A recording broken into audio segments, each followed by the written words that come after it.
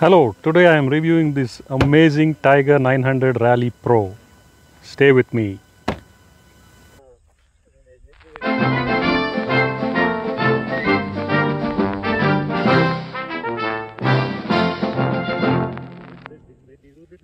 I am Bosky and this is Dirt Dawn and you're watching the Art of Unwinding channel. In this channel, we share our experiences both on and off the motorcycle that can help make your motorcycling experiences better.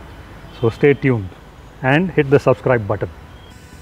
This is the all new Tiger 900 Rally Pro, Triumph's answer to the exploding adventure motorcycling segment. Other manufacturers came up with lighter, faster motorcycles. Triumph kind of stuck around with that 800XC, the XCX, the XRX for several years, and it was getting a bit long in the tooth. And then they come out with this. Believe me, this is a great answer from Triumph. Everything about this motorcycle is different. There is nothing that is common with the old motorcycle. I had a Tiger 800 XC for 5 years, ridden it about 40,000 kilometers. So when I jumped onto this, I expected a connect with the old experience. There was no connect. Absolutely no connect. The only connect was the color, because this is the color of this was the color of my motorcycle. Apart from this, this is a completely different motorcycle.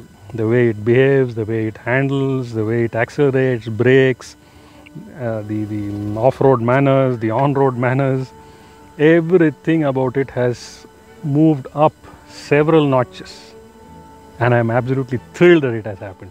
I am enjoying riding this motorcycle like I have not enjoyed for a long time on a big motorcycle. I am not a fan of big motorcycles, and that's the reason why I moved from the Tiger 800 XC to the V-Strom 650. Good decision, and I'm happy with it. And now when I ride this, I realize this is what I was missing with the old Tiger. The old Tiger was a bit heavy, top heavy. It was very street oriented. The engine was very smooth, very linear, and very street. This motorcycle is completely different. Let me share with you what they have changed.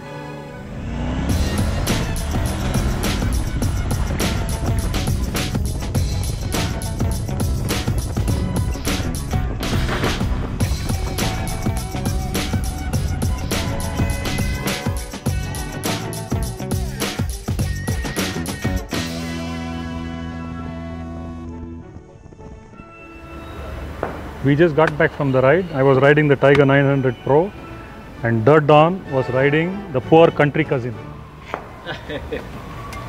The V-Strom is the poor country cousin of this.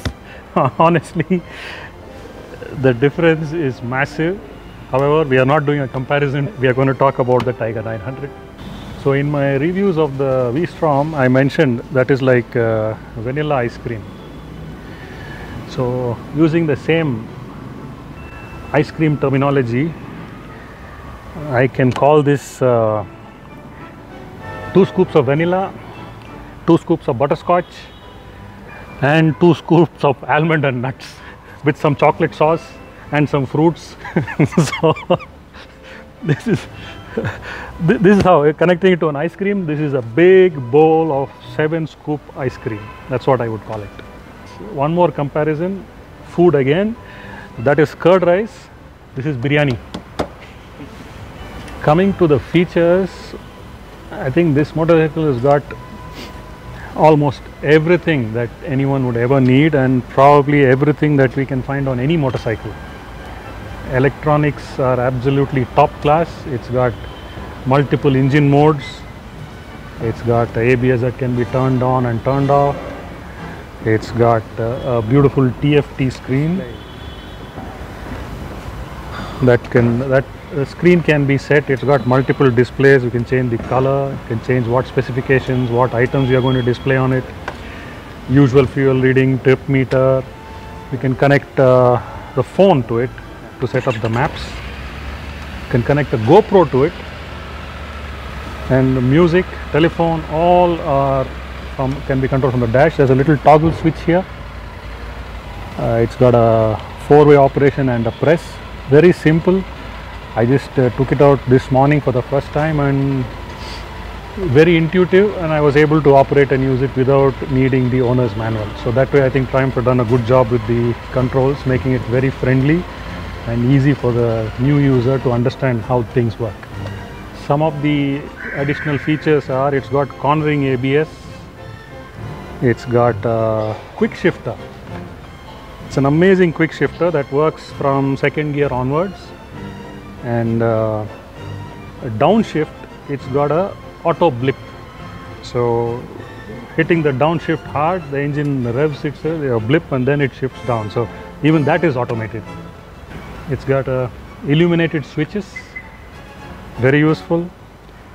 Tire pressure monitoring system built in, so the tire pressures are always on display. I mean, of course, if we choose the specific mode to display the tire pressure. Got a built-in tire pressure monitor. Yeah, and today's ride got a mileage of 18.5 kilometers per liter. I think that's not bad. That's a pretty decent mileage on this motorcycle.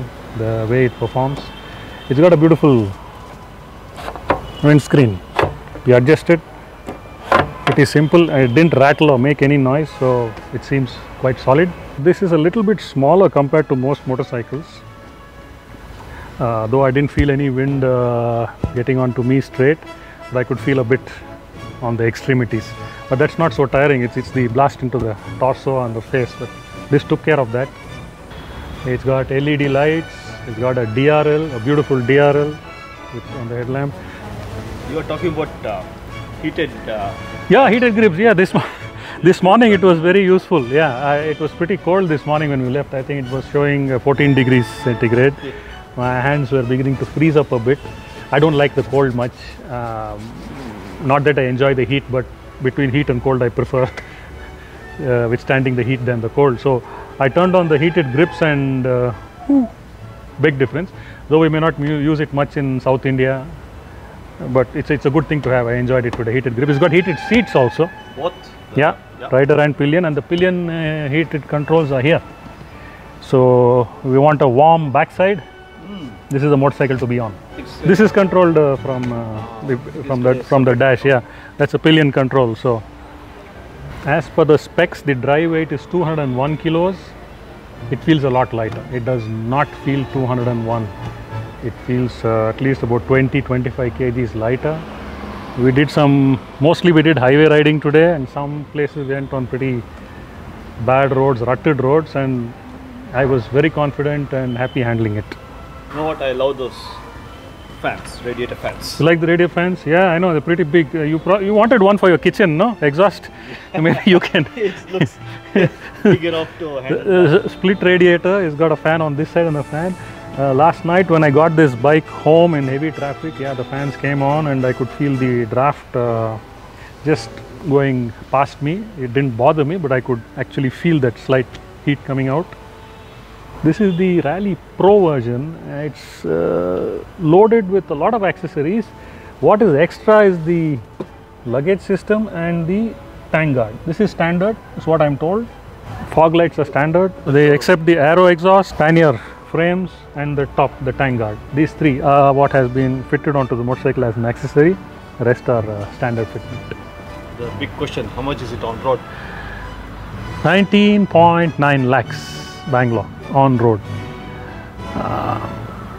Not to make a comparison, but since this motorcycle is here beside us, and this is what I use, I own, I've had it for close to a couple of years, and this is here, so just to make, that is 10.5 lakhs, 11 lakhs now, this is 20 lakhs. Significant difference? Yes. The kit is also very different. We get a lot more with this. It's a choice, it's a personal choice what we want from the motorcycle. Does this deliver value for 19-20 lakhs? I think it does, because it's got everything. It's got everything. I cannot think of anything what is lacking in terms of gadgets, gizmos, and electronics. The GT 900 GT is 17.5 lakhs is what I heard, and this is the Rally Pro, the fully loaded one, is 19.9 lakhs on road. And when it comes to some of the equipment, Triumph has gone for the best. The brakes are from Brembo Stylema. These are normally found on super bikes. So the stopping power is phenomenal. The feel is very good. It's just the way I like it. This has got a very nice feel and very progressive, both the front and rear. It's also got a slip and assist clutch. The throw is very light, and once you into second gear onwards, you no need to use the clutch. The quick shifter takes care of that. This has also got the spoke wheels with tubeless setup. You can see the spokes coming out at the edge of the rim and not into it. So it's a tubeless, very useful. The suspension is Showa. The earlier motorcycle used to come with WP. They have switched to Showa. I am told these are much better than WP. I'm an average rider. I really cannot push the suspensions to the limit to find out whether WP is better or Showa is better. However, I think as per the general feedback from expert riders, performance of the Showa suspension on this motorcycle is better than the WP on the previous generation. Talking about the previous generation, I had a previous generation. I had an XC800 2014. I've had it for 5 years. And I sold it last year. That motorcycle and this motorcycle share only two things in common: Triumph and Tiger. Apart from that, everything is completely different. There is absolutely no comparison between these two motorcycles, starting with the frame, the engine, the equipment, the brakes, the display, the electronics, the electricals. Everything is new, refreshed. Triumph has upped its game, got itself to a level to compete against the big boys in terms of adventure touring. We have the KTMs, we have the Honda Africa Twin, we have the Yamaha Tenere, and recently the T700. So all those motorcycles upped the game, and Triumph got left behind. With this, they have caught up. They have caught up with the competition. Had a great ride today. Pushed it to a certain speed, to 180. It got there pretty quickly. The claimed top speed is 202. So I was just 22 kilometers short of the claimed top speed. Not bad for an average rider. The next ride you can hit the top speed 202. I'm not so sure I want to do that. 180 itself was going out of my comfort zone, safety zone. I was on the edge doing 180. Anyway, it was just for a second or two and then backed off. So I think this is a very different motorcycle. Like I said, it is nothing compared to the previous generation. Previous generation was more a tourer, a tarmac motorcycle, a street bike engine and not an adventure motorcycle engine. This one, they have changed the firing order. They have a T-plane crank. It is a growl. It generates a growl and pushes and eggs the rider to use the throttle more. It's a beautiful, well-made motorcycle and just makes the life of people who like adventure tourers more complicated by giving more choice. So I think the competition is probably the F850 GS, the Multistrada 950, the Africa Twin, and we have this also in the choice. This engine is revised from the previous generation Triumph engine. This is an 888cc, 94 bhp and 87 Newton meter of torque. That's what this puts out. And most of it is available from 3,500 I think to around 7,500. So that's about it. It was a 200 kilometer ride this morning. Felt good, enjoyed. The Tiger 800 XC, the XRX and the XCX, they were among the first adventure touring motorcycles to come to India. So now that we have this and the other competing models, several of those motorcycles have come up for sale in the second-hand market. For 7, 8, 9 lakhs, we can get an excellent used Triumph Tiger. So for someone considering to step into this adventure motorcycling, that's a good motorcycle to start with. So in summary, what do I think of this? I think it's a brilliant motorcycle. Absolutely awesome. If it was available a couple of years back, would I have bought it? If I had the budget, yes, I would have. I have no hesitation in saying that this is a good motorcycle to buy, and I recommend it too. That's it for today. I hope you liked what you have seen and heard. If you did, please hit the like button and consider subscribing. Till next time, happy and safe motoring.